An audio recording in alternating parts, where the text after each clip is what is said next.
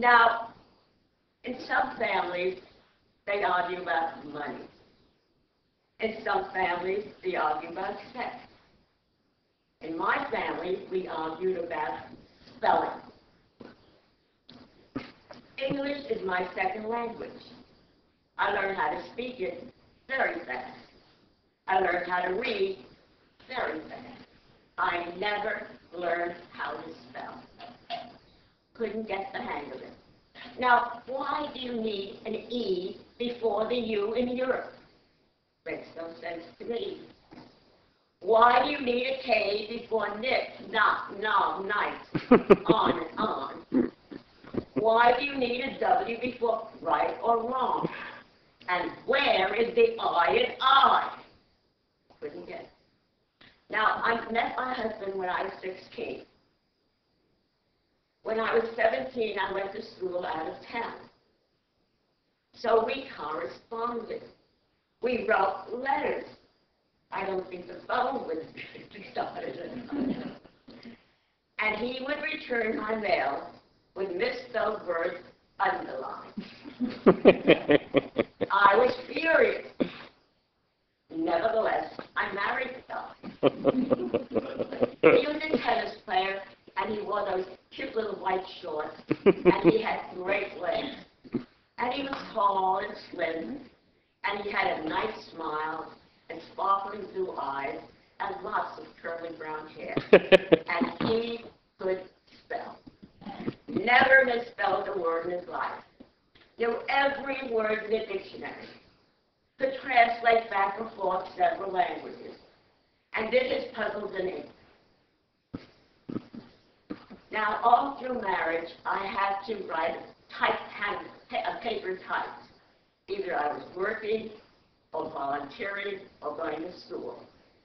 So I figured, if my husband would type the paper, he could type. He would correct my spelling. But I should have realized there would be consequences to pay. So I wrote this poem. Please type my paper. You may correct my spelling, but don't dare change a word. Type exactly what I've written. Don't edit or paraphrase. But I should have realized there would be consequences to pay. He could not resist making other changes he thought best.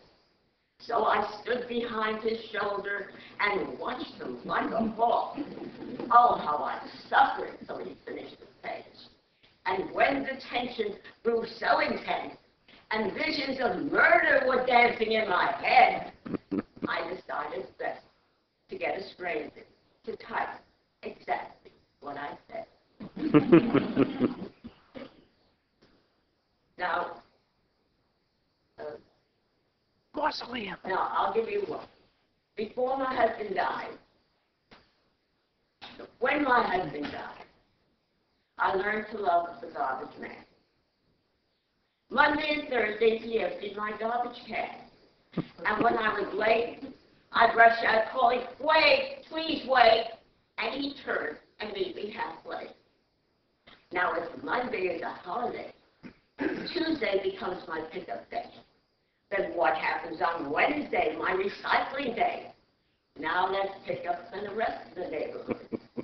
Well, someday I'll have the wrong stuff out on the wrong day, and everyone can see what an idiot I am. This never happens to my husband. He checked the schedule religiously. He was a kind man, a gentleman. What? There a car cut in front of him. He ran and raved and gave chase, blowing his horn, threatening to crash, just to get back in his place. But he was a kind man, a gentleman. But stopping red lights for his nemesis, and he's filled with glee if he could just slip through and not have to wait. But he was a kind man, a gentleman. But stopping for gas was something he often ignored. And I would have visions of being stuck on a busy road, blocking traffic for miles and miles, I suppose. But he was a kind man, a gentleman. But He was a tailgater, always complaining the guy in front belonged in a sleigh lane, slow lane. But he was a kind man, a gentleman. But, shall I give you another? Yes. Mausoleum. Well, in some families they sleep in a king-size bed. Some families they sleep in a queen-size bed. We continue to sleep in a regular-sized bed and struggle.